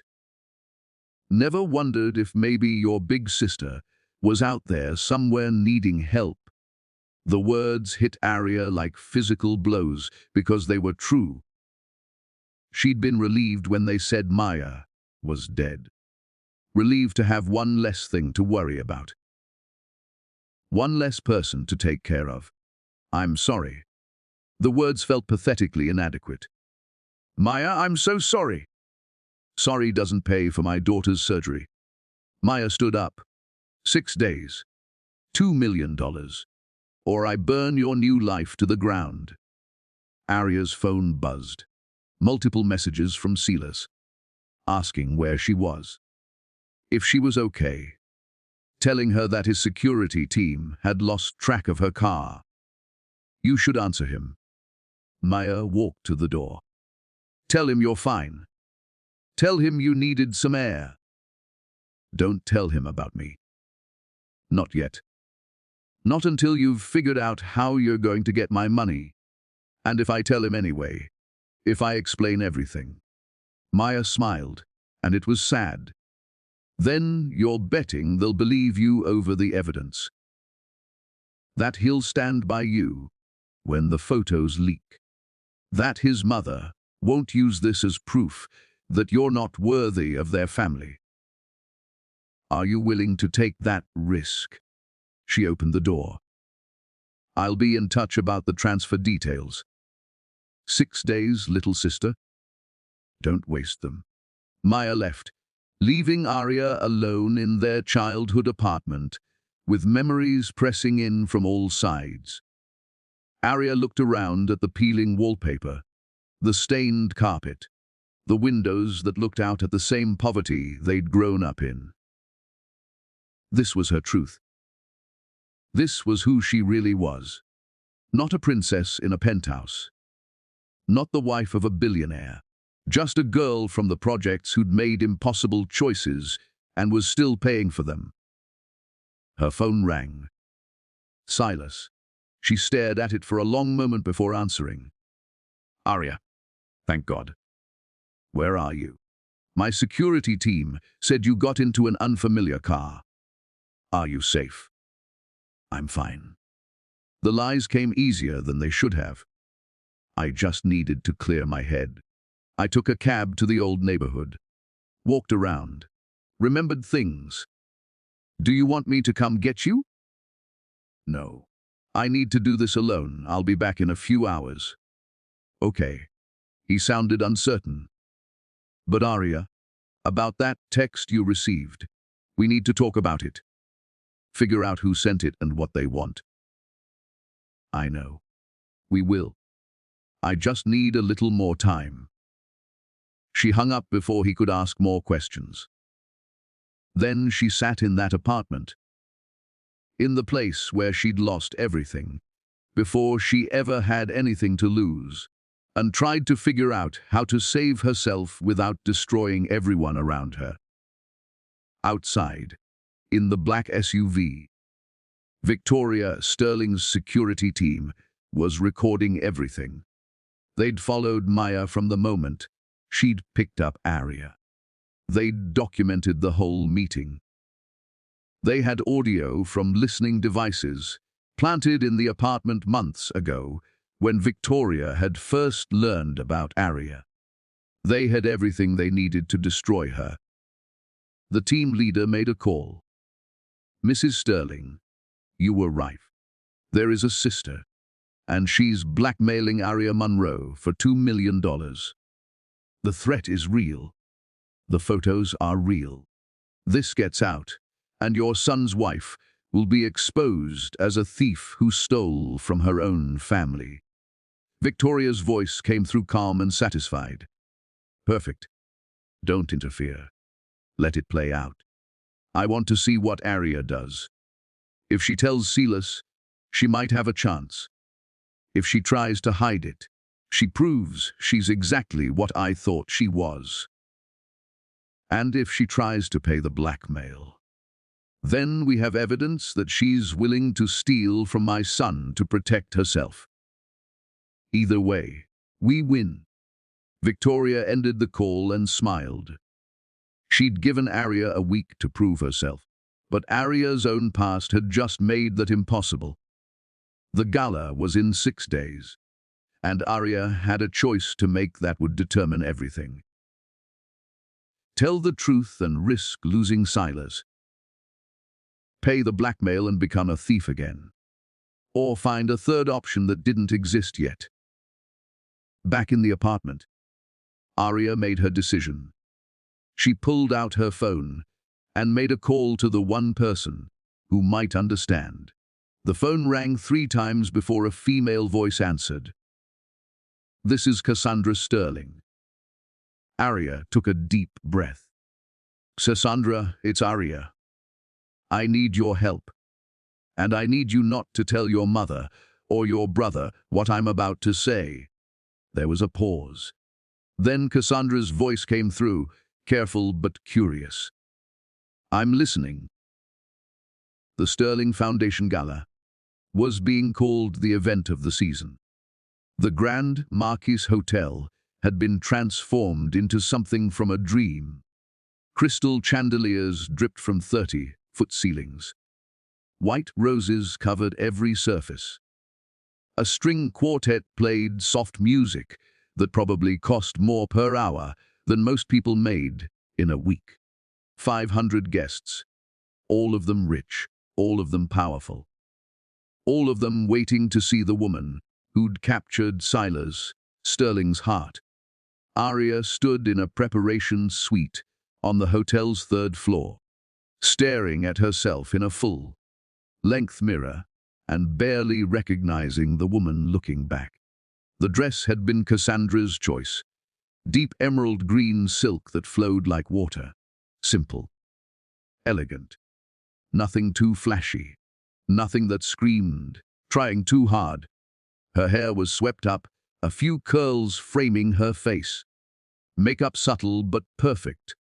She looked like she belonged. It was the best lie she'd ever told without saying a word. "You look beautiful." Cassandra stood behind her, adjusting the dress's train. "Breathe. You're going to be fine." Aria met Cassandra's eyes in the mirror. "You don't have to pretend. We both know what's about to happen." The last 6 days had been a blur.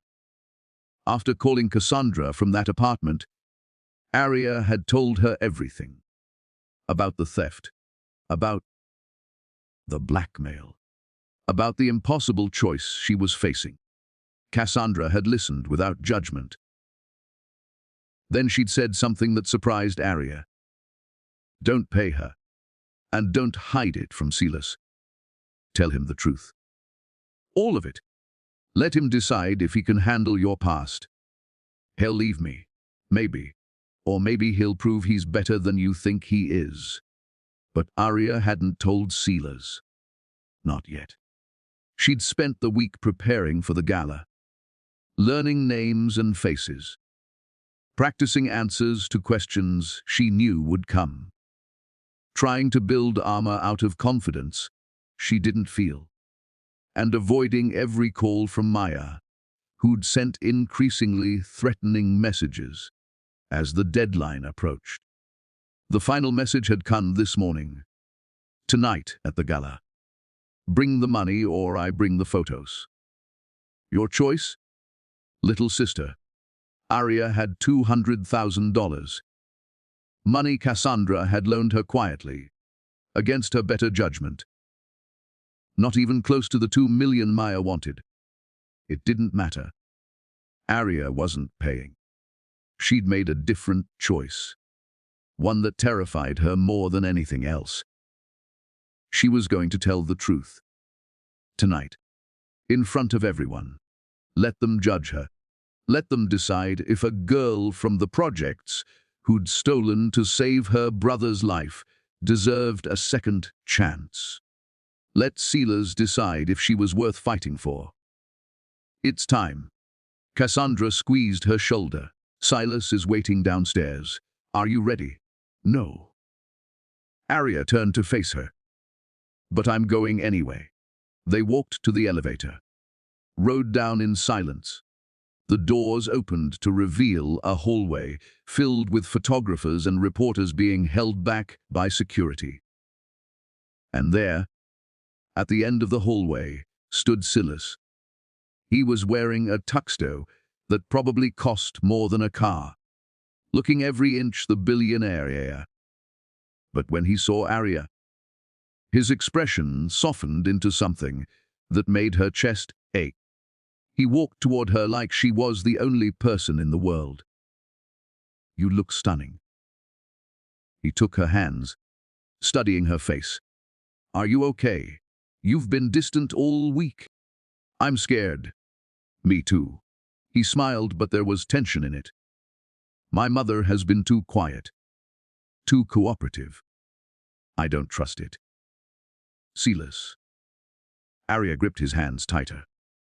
"Before we go in there, I need to tell you something. About my past. About something I did, Mr. Sterling." A hotel manager appeared, looking apologetic. "I'm sorry to interrupt, but Mrs. Sterling requested you come to the ballroom. The donors are asking for you." Silas looked torn. "Can it wait? Just until after the speeches?" Aria wanted to say no. Wanted to pull him aside and tell him everything right now, in this hallway, before they walked into that ballroom and her world exploded. But she nodded. After the speeches, he kissed her forehead gently. "Whatever it is, we'll handle it together. I promise." They walked into the ballroom hand in hand. The room fell silent. 500 faces turned to look at them. Aria felt their eyes like physical weight, judging, measuring, deciding if she was worthy. Victoria Sterling stood on a raised platform at the far end of the room, a microphone in her hand, looking like a queen surveying her kingdom. "Ladies and gentlemen, my son Silas and his wife Aria have arrived. Please, let's give them a warm welcome." The applause was polite, measured, not quite warm. Silas led Aria through the crowd. People parted for them, whispers following in their wake. "Is that really her? She's younger than I thought. Pretty girl. Wonder how long it'll last. I heard she was a cleaning woman. Gold digger, obviously." Aria kept her head high, her hand in Silas's, and tried to remember how to breathe. They reached the platform where Victoria waited. She looked at Aria with an expression that could have been approval or could have been the look a cat gives a mouse before the kill. "Aria, my dear, you look lovely." Victoria's voice carried through the room. "I'm so glad you could join us tonight. Thank you for inviting me." Aria's voice was steadier than she felt. Victoria turned to the crowd. "As many of you know, my son Silas recently married this remarkable young woman. Aria comes from humble beginnings, but she has a heart of gold. She saved Silas's life 7 years ago, and now she's saved his heart." The crowd made appreciative sounds. It all seemed so perfect, so scripted, too perfect. "I'd like to invite Aria to say a few words." Victoria stepped aside, gesturing to the microphone. "Tell us about yourself, dear. Help us get to know the newest member of the Sterling family." It wasn't a request. It was a test. Aria looked at Silas. He nodded encouragingly, squeezing her hand before letting go. She stepped up to the microphone. 500 faces stared at her expectantly. This was the moment. Her chance to control the narrative before someone else did. "Thank you all for being here tonight." Her voice came through the speakers, stronger than she expected. "Mrs. Sterling is right. I do come from humble beginnings. I grew up in the projects on the East Side. My father died when I was 8. My mother raised 3 children alone until she passed when I was 16. She saw some faces in the crowd soften with sympathy.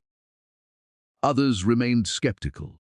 I worked as a cleaning woman for years. 3 jobs, night shifts. I put my ex-husband through medical school, and when he graduated, he divorced me. I lost everything. Or I thought I did. Aria took a breath.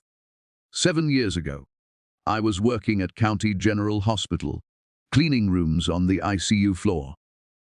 I found a patient alone, unconscious, no family, no insurance.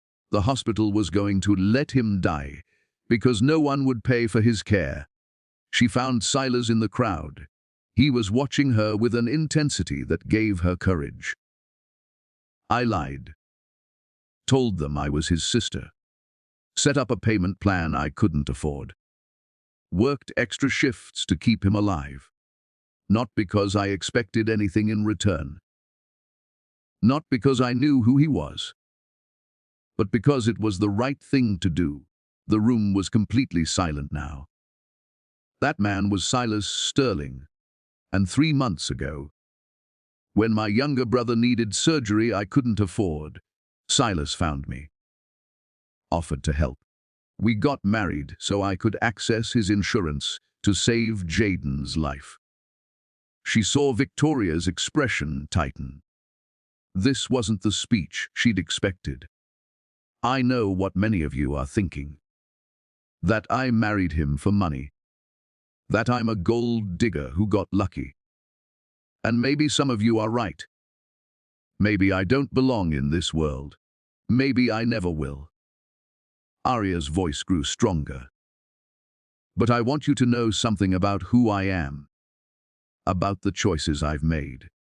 Because I'm not going to stand here and pretend to be someone I'm not. This was it, the moment of truth. When I was 13 years old, my baby brother was dying of pneumonia. We had no money for medicine, no way to save him. My older sister had a ring, our mother's wedding ring, the only thing of value we owned. I stole it from her drawer and pawned it for $200 to buy Jaden's medicine. Gasps rippled through the crowd. Silas's face went pale. Victoria's smile widened. She'd been waiting for this. My sister left that night. We thought she died. We held a funeral for her. And I've carried the guilt of that theft for 15 years. Carried the knowledge that I destroyed my family to save my brother. Aria's voice cracked. But she pushed through. 5 days ago, my sister came back. She's alive. She has a daughter who needs the same surgery Jaden had. And she wants $2 million to stay quiet about what I did. To keep my past buried so I can keep pretending to belong here. The silence in the room was deafening. I'm not paying her. I'm not hiding anymore. Because I learned something from Silas. From the man I married. That sometimes the right thing and the easy thing aren't the same. And I'd rather stand here and tell you the truth, lose everything, than build a life on lies. Aria looked directly at Victoria. I stole from my own sister to save my brother's life. I'm not proud of it, but I'm not ashamed of loving Jaden more than my pride. And if that makes me unworthy of your family, Mrs. Sterling, then I accept that. She turned to Silas. I'm sorry I didn't tell you sooner. I was afraid. Afraid you'd look at me differently. Afraid you'd realize your mother was right about me. Tears were streaming down her face now, but she didn't wipe them away. I understand if you want to end this marriage. I won't fight it. But I needed you to hear the truth from me. Not from Blackmail. Not from your mother's investigators. From me. She stepped away from the microphone. The room erupted. People were shouting questions. Cameras were flashing. Reporters who'd snuck in were scrambling for their phones.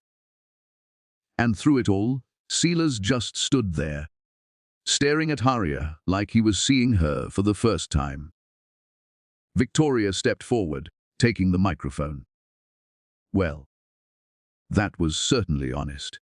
Ladies and gentlemen, I think we all need a moment to process. No. Silas's voice cut through the chaos. He walked to the platform, taking the microphone from his mother. No. We don't need a moment. He turned to face the crowd. Aria just told you about the worst moment of her life.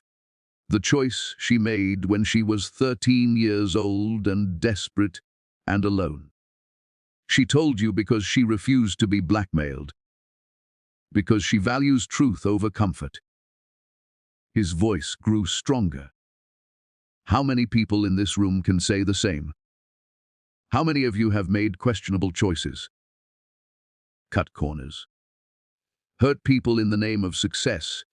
How many of you are standing here in expensive clothes, judging a woman who stole to save her dying brother, while you've stolen so much more in the name of profit? The crowd shifted uncomfortably. Silas turned to his mother. You wanted to test her. Wanted to prove she couldn't handle this world.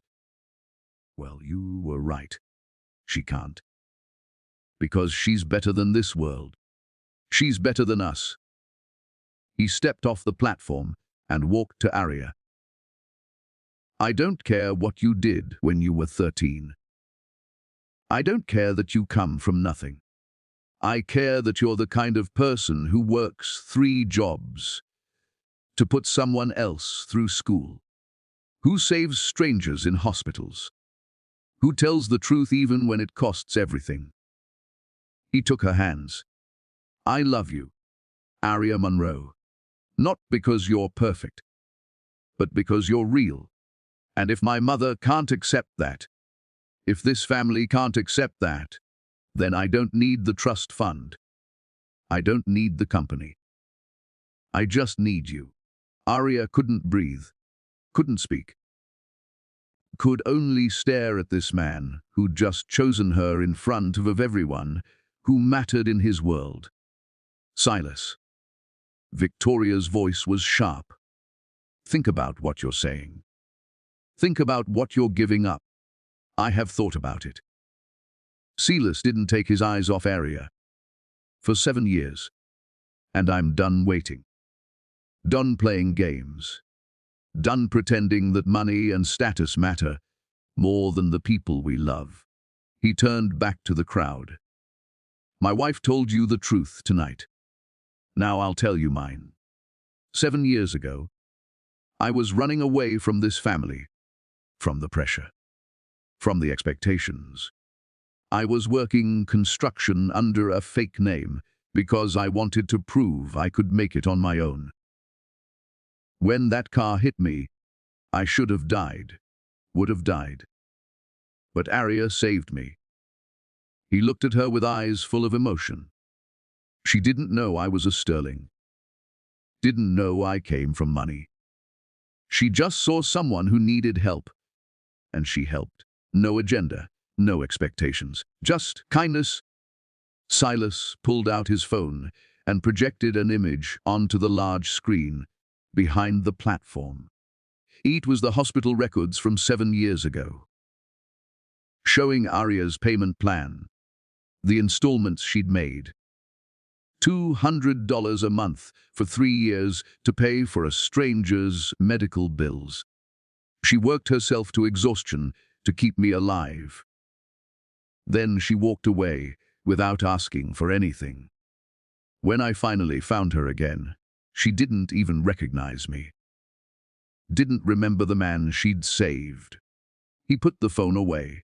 That's who Aria is. Someone who saves people and doesn't keep score. Someone who sacrifices for others without expecting recognition. And yes, she made a mistake when she was 13. She stole from her sister. But she did it to save her brother's life. How many of you wouldn't have done the same? The crowd was silent now, really listening. So here's what's going to happen. Silas's voice was firm. Aria and I are staying married. We're going to use whatever money I have access to help her sister's daughter get the surgery she needs, because that's what family does. Real family. He turned to Victoria. And Mother, I'm done letting you control my life. Done letting you use money as a weapon. If you can't accept Aria, then you've lost me. Not because she's forcing me to choose, but because I'm choosing her. Victoria's face was unreadable. For a long moment, she just stared at her son. Then she did something no one expected. She laughed. It wasn't cruel. It wasn't mocking. It was genuine. Well, Victoria stepped forward. That's the most backbone you've shown in years. She looked at Aria. I knew about your sister. Knew about the theft. Knew about the blackmail. I had investigators following you for days, waiting to see what you'd do. Aria felt her stomach drop. I expected you to hide it. Expected you to pay her off or run away. That's what most people would have done. Victoria's expression softened slightly. But you stood up here and told the truth, knowing it would cost you everything. That takes courage. She turned to the crowd. Ladies and gentlemen, I owe my future daughter-in-law an apology. I tested her, tried to break her, tried to prove she wasn't worthy of my son, but she just proved she's more worthy than I gave her credit for. Victoria faced Aria directly. You're right. You don't belong in this world. You're too honest. Too real. Too willing to sacrifice your own comfort for others. This world chews up people like you and spits them out. She paused. But maybe that's exactly what this world needs. Maybe what the Sterling family needs is someone who remembers what it's like to have nothing. Someone who knows the value of sacrifice. Victoria extended her hand. I accept this marriage. I release Silas's trust fund. And I'll personally cover your niece's surgery. All of it. Because despite my better judgment, you've earned my respect. Aria stared at the offered hand, hardly daring to believe what she was hearing. Why? Her voice was barely a whisper. Why now? Victoria's smile was thin but genuine. Because you didn't beg, didn't grovel, didn't try to buy my approval. You told the truth and accepted the consequences. That's more integrity than most people in this room have shown in their entire lives. She kept her hand extended,